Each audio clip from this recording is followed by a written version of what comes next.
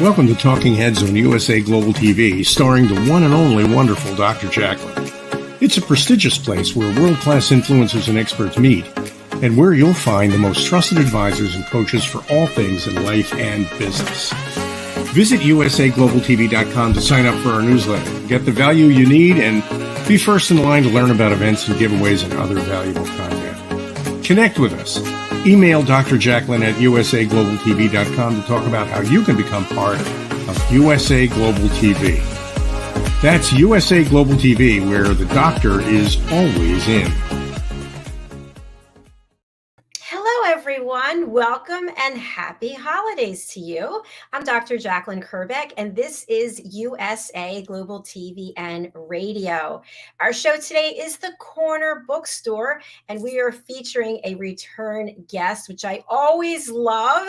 CJ Peterson is with us backstage. Before we bring her out, I'm going to welcome the star of our show, the incredible DIANN FLOYD BOEHM. She is a very key, integral part of our platform and everything that we do here, everything that we stand for: education, entertainment, hope, and inspiration. Welcome to the show, DIANN. Hi, Dr. Jacalyn. It's great to be here. I think this is our last show for this year. I know. Boo. I still haven't embraced the fact that this is the end of the year. It just seems like, I don't know, it just started. We blinked and here it is. But what an amazing year we've had with guests. Yes, we have. And we were just talking backstage with CJ that this particular show was booked out for a year in advance. And that's really a tribute to Mickey Mickelson. We want to give him a round of applause. And there is an award coming his way, by the way. So I just haven't gotten to all the awards yet. But DIANN, as you know, we feature incredible people here on this platform, people who are sharing and caring and putting out really remarkable content for the world to enjoy. And reading is such a great thing to do, whether it's to learn or to relax or even to escape. And you are an incredible award-winning author. Tell us about what you put out into the world this year. It's quite impressive. Oh, thank you. Well, several books, Charlie and the Tire Swing. I'm very, very proud of it.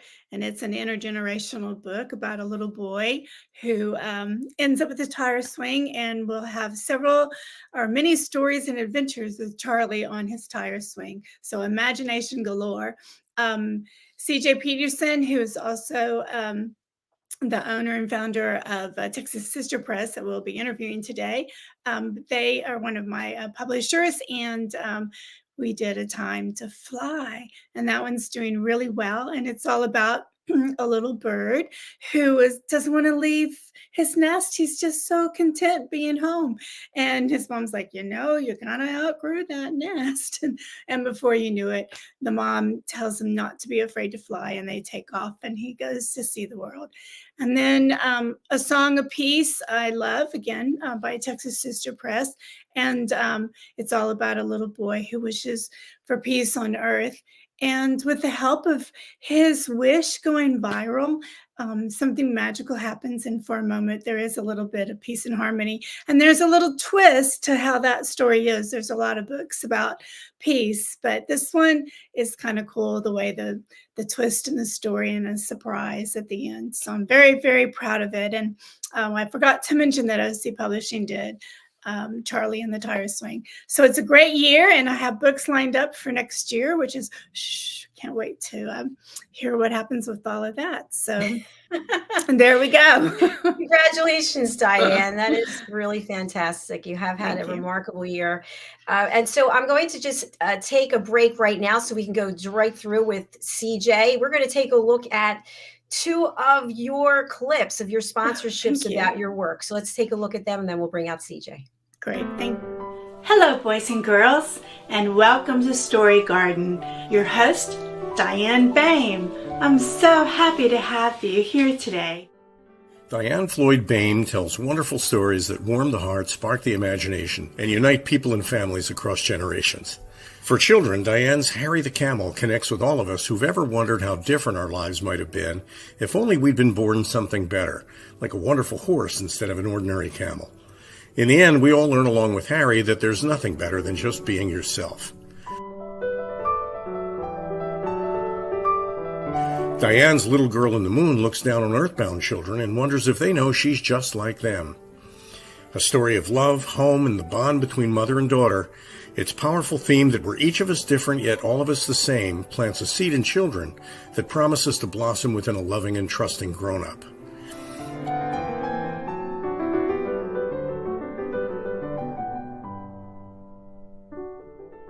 Diane's new biography, Rise, recounts the experiences of her grandmother, Ruby, to reveal the hidden strength of the human spirit.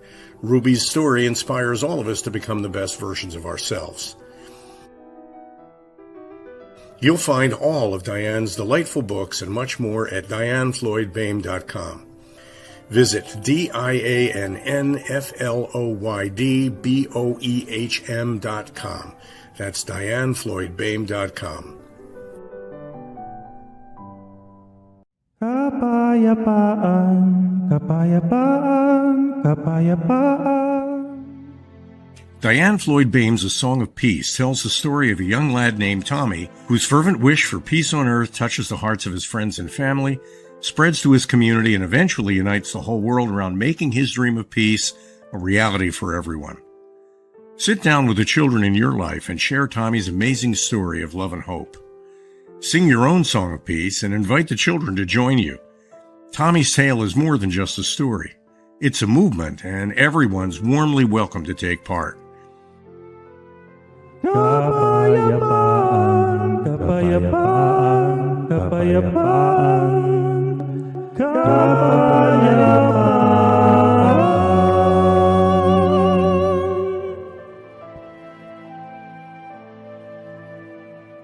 You'll find A Song of Peace, along with many other wonderful learning and enriching opportunities for children of all ages, at DIANNFLOYDBOEHM.com.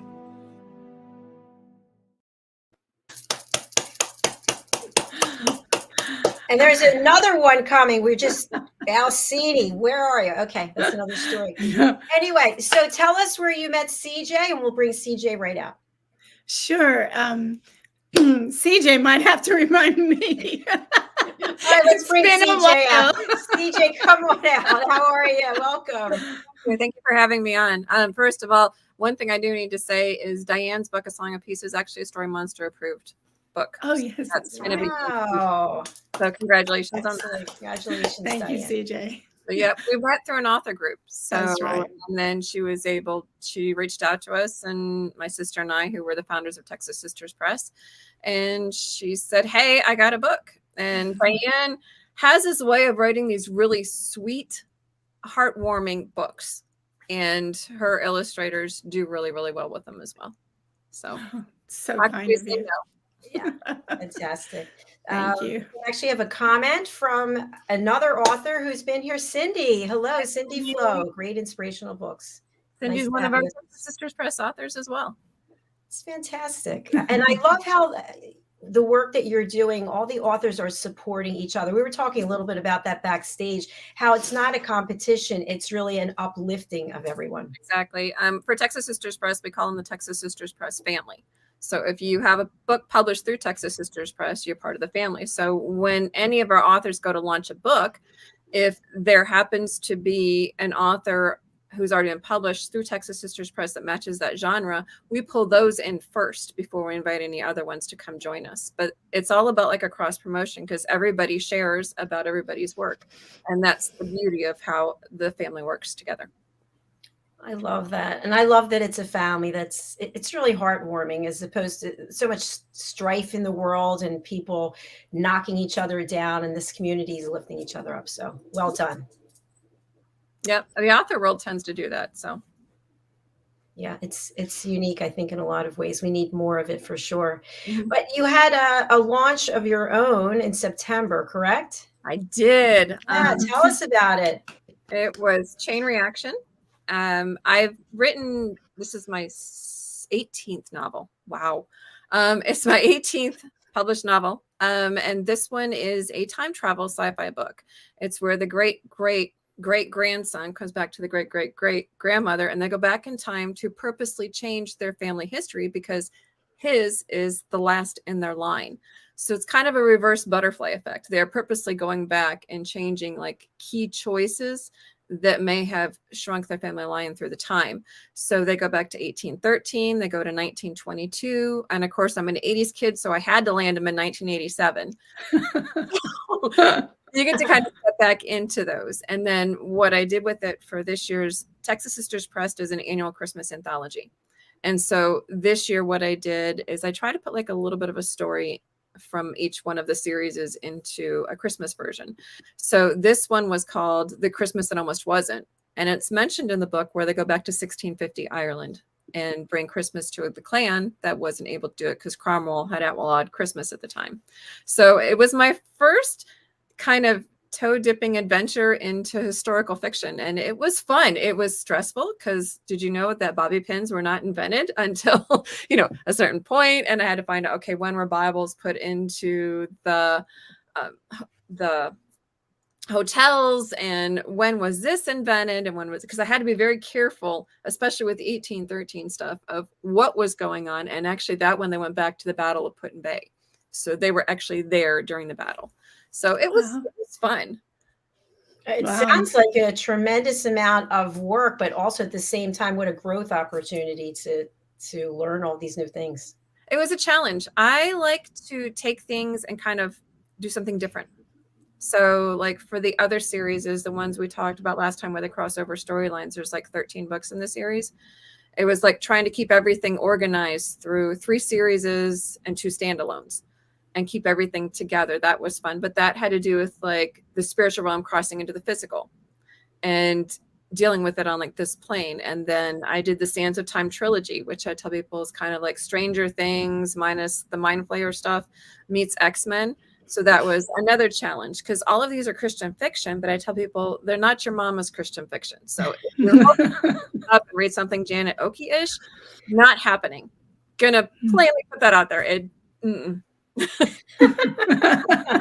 a modern Christian fiction book with a sci-fi twist because I'm a sci-fi geek, it's going to happen.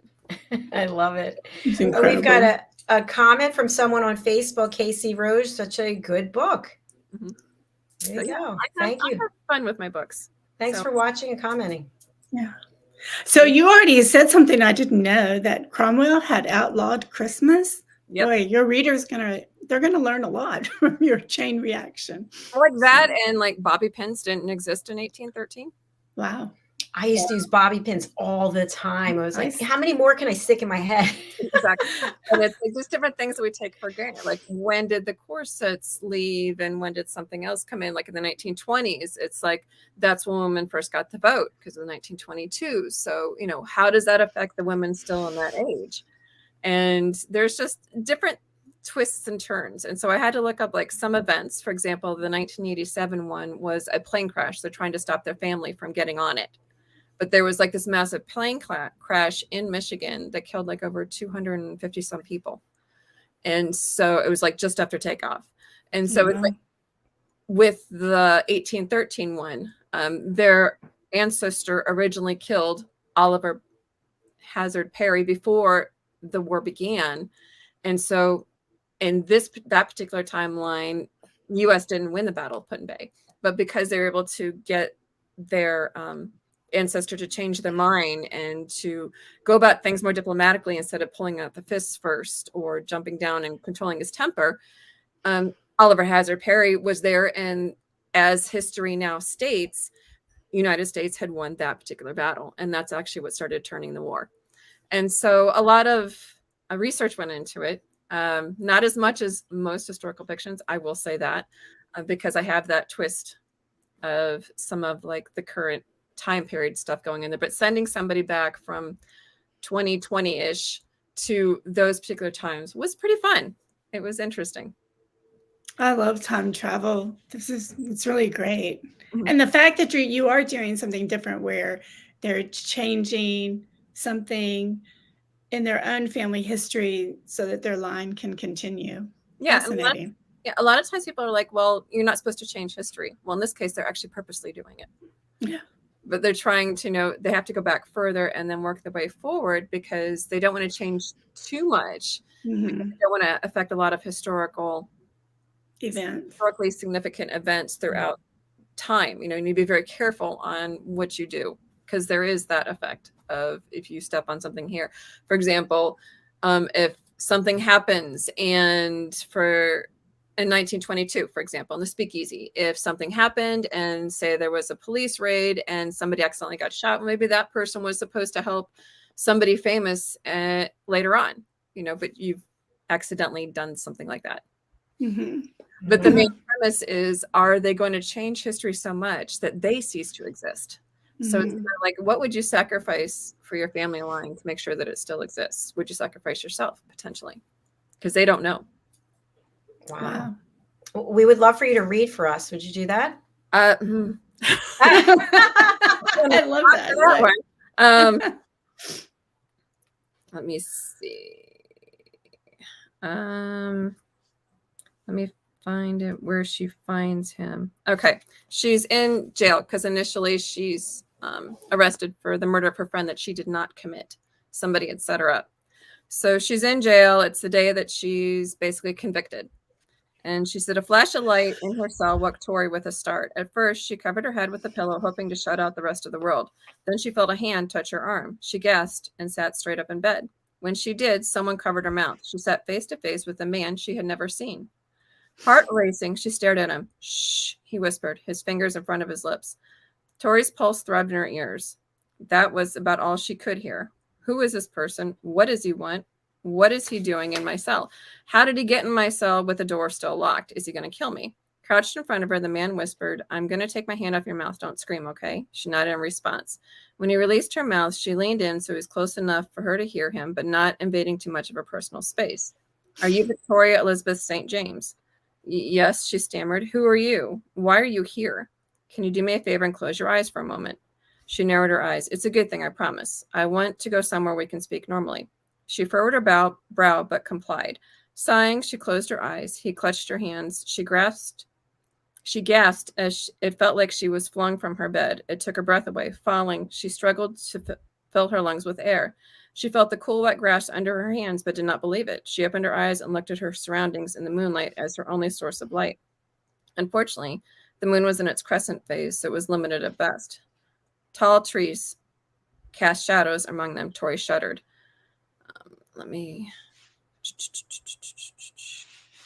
Basically, they just traveled. And so they stopped. But she's like, it gets a little bit further, and he introduced himself as Sebastian Tripp St. Clair, which is her great-great-great-grandson.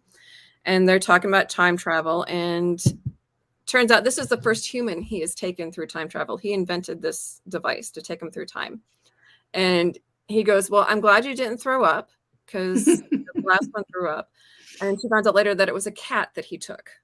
So this is like, you experimented with a cat and you think I'm just anyway, there's like little things, and she's a feisty bugger, so it gets fun.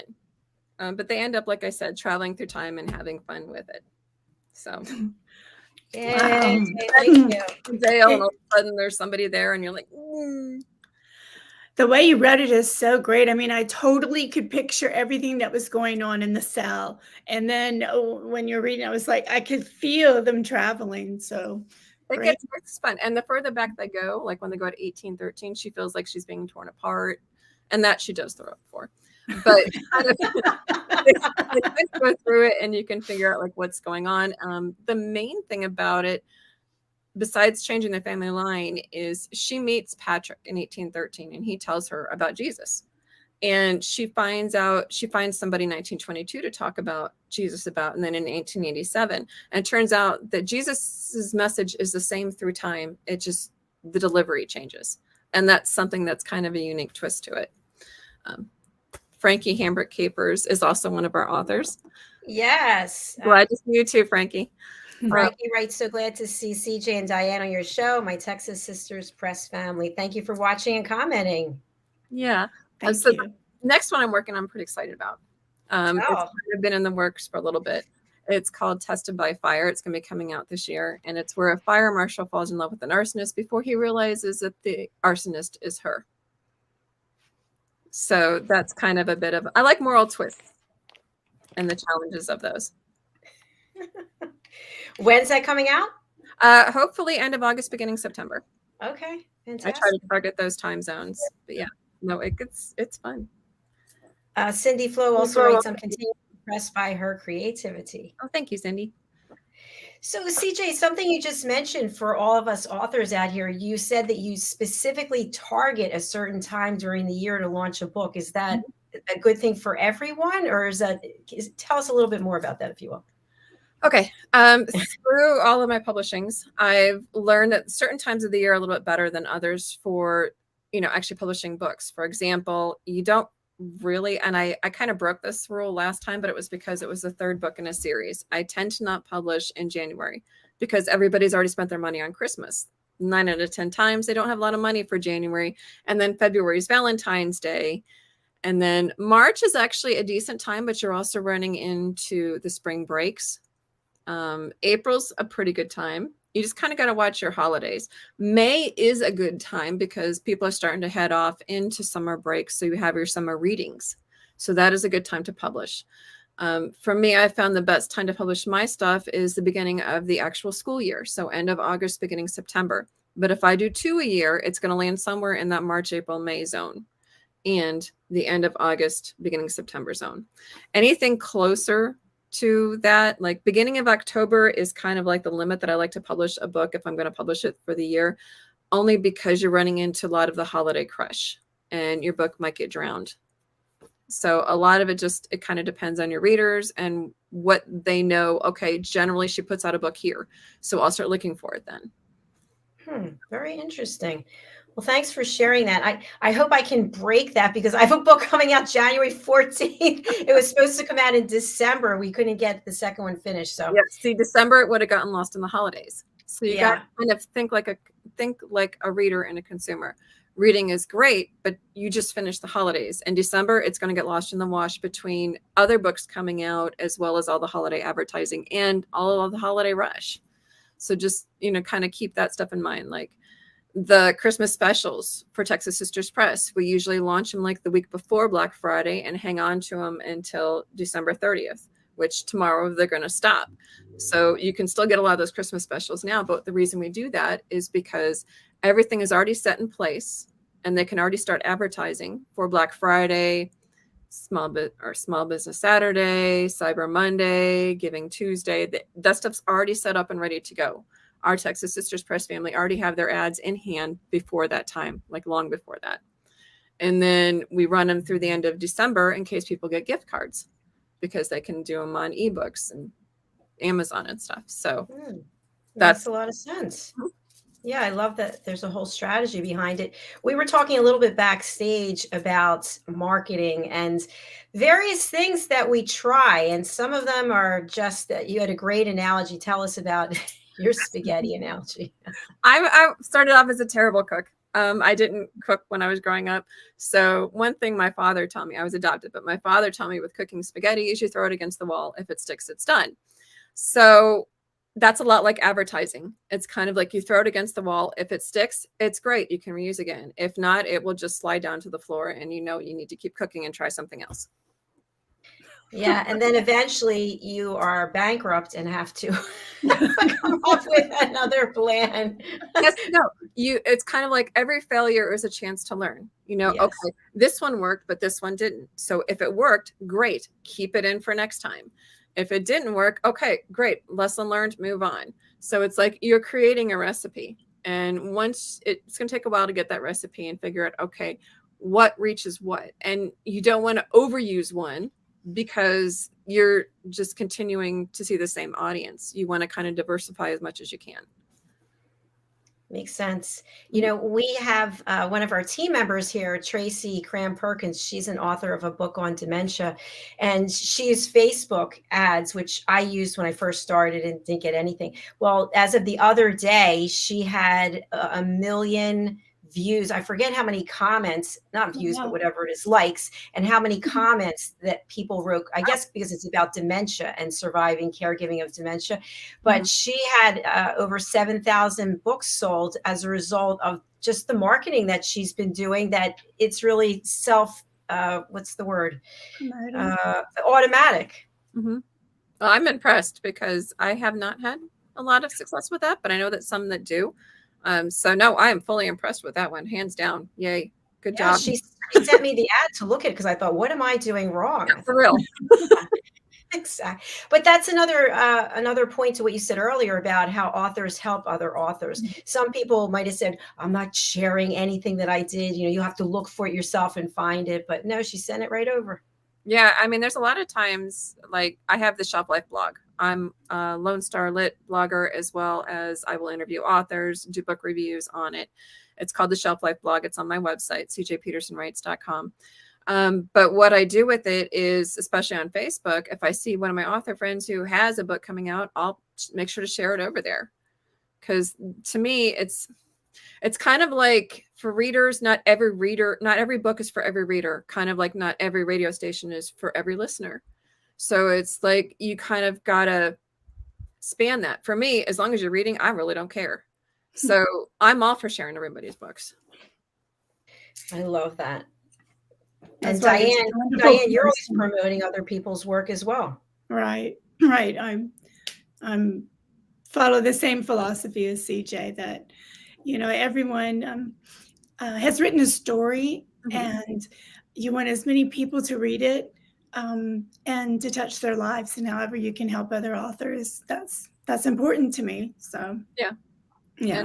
Like, What I love about CJ, some of the work you do in your books is, you mentioned earlier some of your other series, is I love how you do, touch people's hearts. And even if you aren't a Christian, you're still going to love these books because the messages are so beautiful, that there are stories for everyone. And do you think that's a fair assessment? I do. I try to write them timeless. Some people are like, well, try writing toward whatever is currently hot. And I'm like, well, the problem is, once it's hot, it's going to get cold. So you need to write timeless. And I try to write from the heart. For me, my motto thing is, while the stories are fiction, the journey is real, my tagline.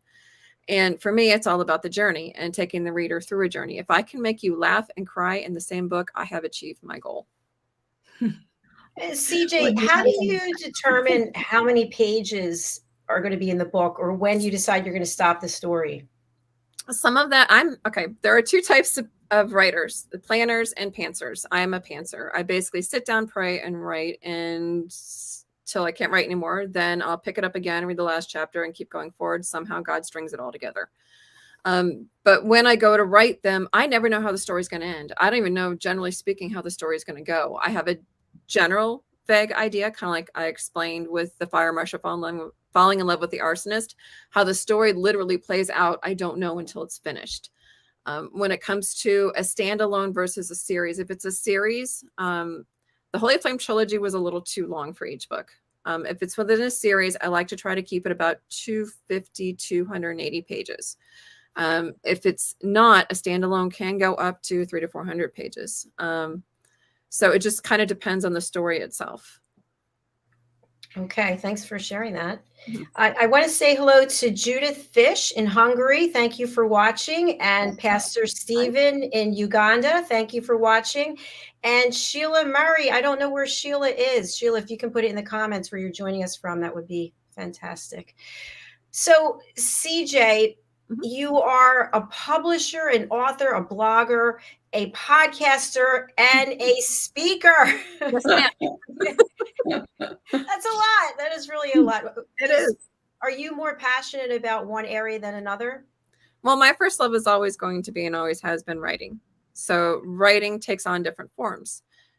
In this case, it's blogging, speaking as well, publisher, and an author. Those all kind of go together. Podcasting.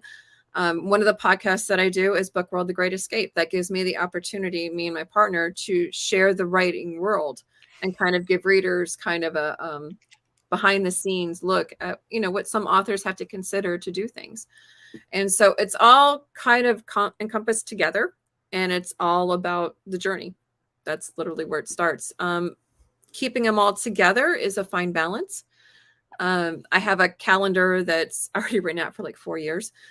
So I already know, okay, this is blocked off. This is blocked off. People try to tell me, well, can you do this weekend? And I'm like, you cannot call me and tell me to do something in the weekend. You need to at least give me 2 to 3 months in advance for me to block something off. And even then, I can't guarantee that it's open because people know that, and sometimes they'll do it 6 months in advance. So a lot of it is balance, and a lot of it is pace, because I am an author, blogger, podcaster, publisher, and a speaker. It's also getting out content. In this ADD society, you got to continue to get stuff out and get yourself in front of people. And I do that through the various avenues that are there. Okay, I have to ask. Questions? 4 years, the calendar is blocked for 4 years. Diane, I feel so lazy right now. I know. I was like, God, you're so organized. I Plus, on got top of that, she's a wife, right? I got tired of like every year having to go and put it all in again. So I just got one that's literally 4 years. I'm so excited because it's 4 years, so I don't have to like continuously do it. So I just set it up. Can you share with us, like, what are, and nothing personal, but what are some of the things that year after year you put on the calendar? Well, for example, I do a newsletter every other week. My people know that they're not going to hear from me. They'll hear from me every other week, and that's it, unless they're subscribed to the Shelf Life blog, at which point they'll still get it on Friday. But it's every other week, 10 o'clock on Friday. So that's one thing that's in there. Birthdays are in there. Anniversaries are in there. We also work with Comic-Cons. So those particular ones are blocked off. If there's a book launch, cover reveal, if I'm working with an author and I know it's coming, I make sure to, I try to do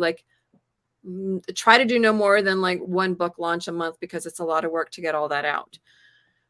Making sure my stuff is all organized. The books, I got to get it to the editor. I have to work on the cover. I have to do this. And so I'm one of those people that's kind of like the ant where, this is my end goal. I need to do this by this day, this by this day, this by this day.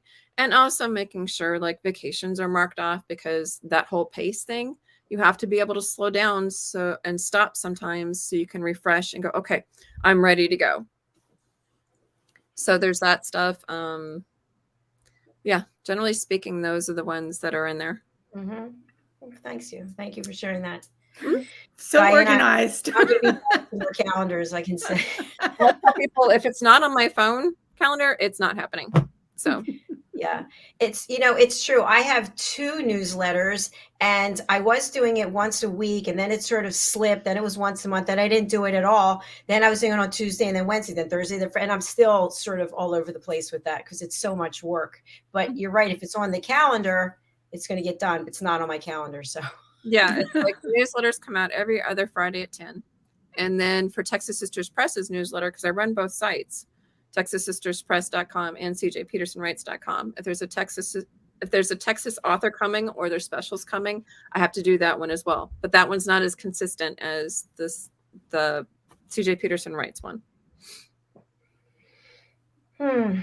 So much work. It's exhausting.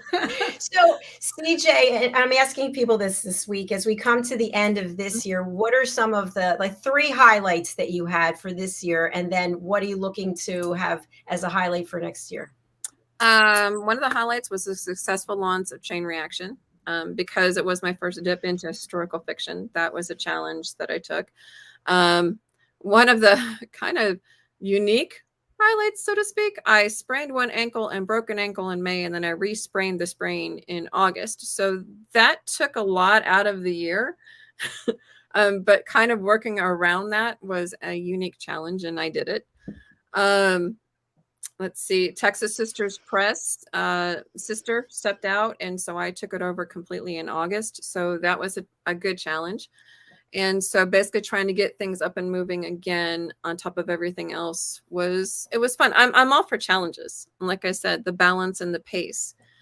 For next year, again, we have the book launch coming. Tested by Fire should be end of August, beginning September when that's coming out. We have a new to Texas Sisters Press author that's launching his first book with us on January 5th. Those are always fun. As always, I look forward to the Texas Sisters Press anthology, because we have like between 10 and 12 authors that submit stories, and they're all unique, and I love reading unique stories. But generally speaking, there's a surprise that I can't really tell, but I'm looking forward to it. With a really good friend of mine, but I cannot state it until it's announced to her people. So yeah, that's going to be fun. Other than that, it's just keeping everything spinning. Super hubby and I have vacation in January that we've been looking forward to for a long time. Yeah.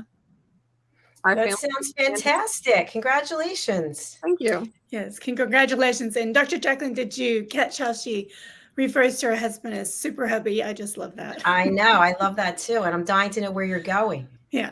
Well, okay. First of all, super hubby. He's a 24-and-a-half-year Navy corpsman, retired.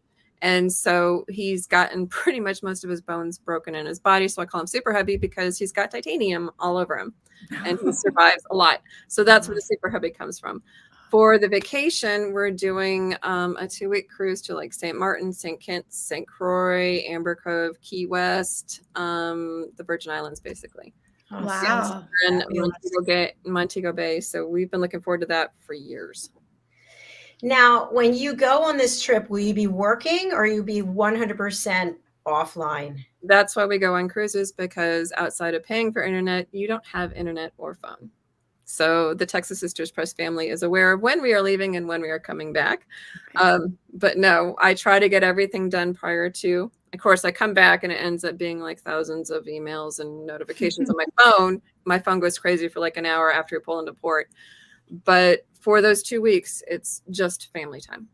Oh, that's That's beautiful. wonderful. So is it hard for you as an entrepreneur to let go of all that? Because I know for me it would be impossible because I have issues. But is it difficult to let go? I have ADD and OCD, so I gotcha on not wanting to let go. I understand it completely. However, it's that whole balance and pace thing.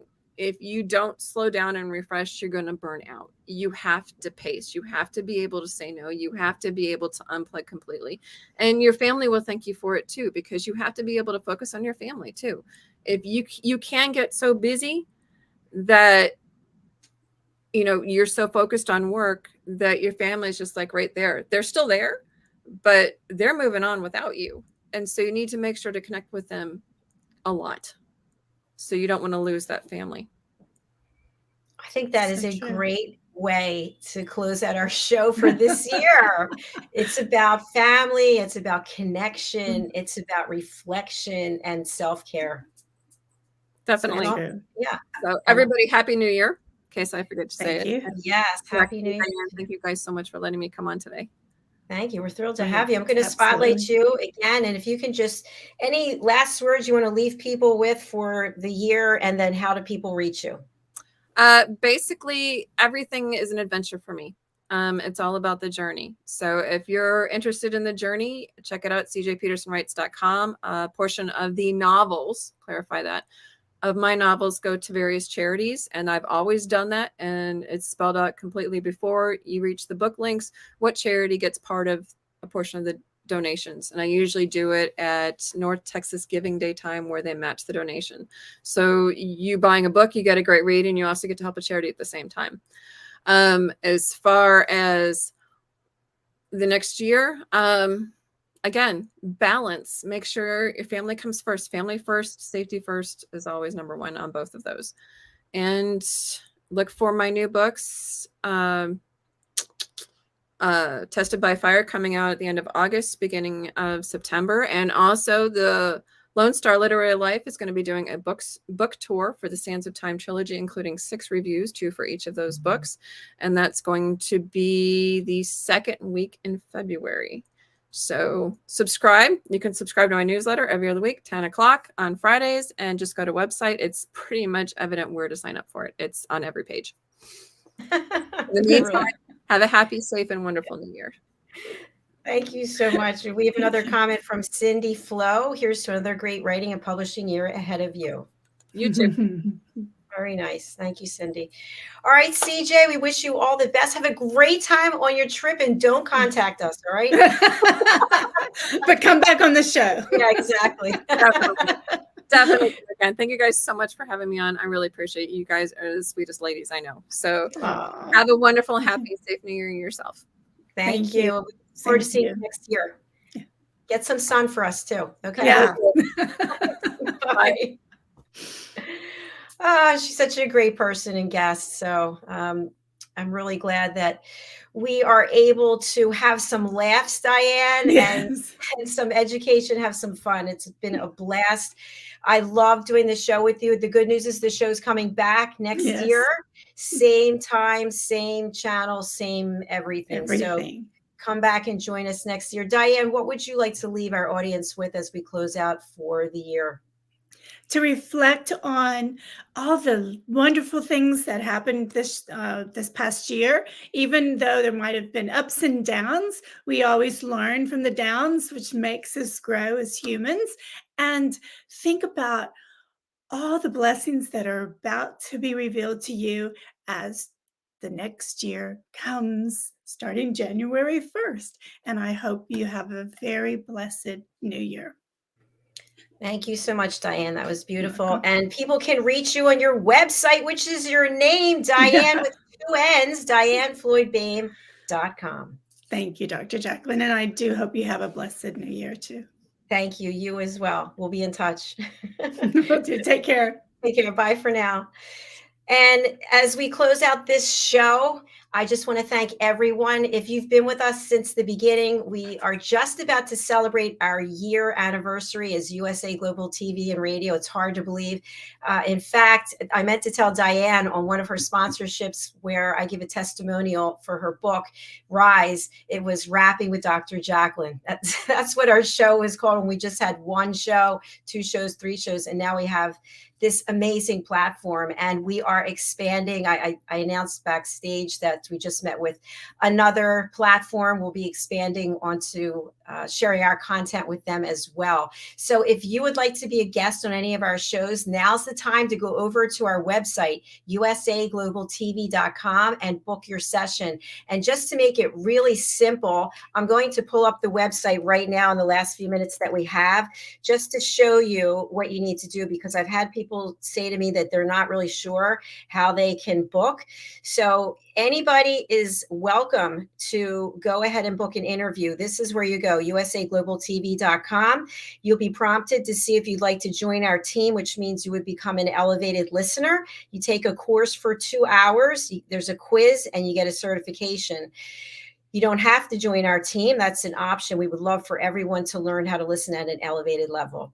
Then you just go to the top of the website here on the left. If you're listening on the radio, there's a tab, Home, Shows, and Book Your Session. You click Book Your Session, and here you'll see that everyone is welcome to book in for 5 free interviews in a calendar year. If you'd like to be on more than 5 times, you can be on a maximum of 10 times in a year, and you can purchase the interviews number 6, 7, 8, 9, and 10. You might say to yourself, why would I have to purchase an interview? Well, if you've been on 5 times, we want to give other people the opportunity to book in. So we want to feature as many people as we possibly can. So scroll down the page and you'll see Book Your Session. You'll see we have various shows. And let's say, for example, you want to be on The Power of Etiquette and Manners. You would go here and see the next available, which tomorrow's not actually available, but it shows that it is for some reason. So you would just go there, book the time, and then you're going to be prompted to fill in some questions. Now, you want to make sure that you just have the one interview in the cart at a time. So you saw that I had 2. I just dropped out the other. Fill in your name, your email, your phone number. This is really important. Sometimes people just put in information that is not of any value. What are the 3 to 5 topics you want to discuss during the interview? Just put them right there. Also, we'd love for you to subscribe to our channel, which is USA Global TV. That's where you can find all of our shows. Our shows are put into playlists, so you can just go there and find exactly what you want. And then please email your bio, social links, and other information to info@usaglobaltv.com. You can drop some of your information here, but if you have a rather lengthy bio, then go ahead and email it. So that's all you have to do. And again, we'd love to feature you in the coming year. So do go over and book in. Our next show is coming up. It's the Film and Music Show starring Dr. Madeline Chan, and our guest is Katie B. So do join us for that. And please have a wonderful, happy, healthy new year. Stay safe, and God bless everyone. Bye for now.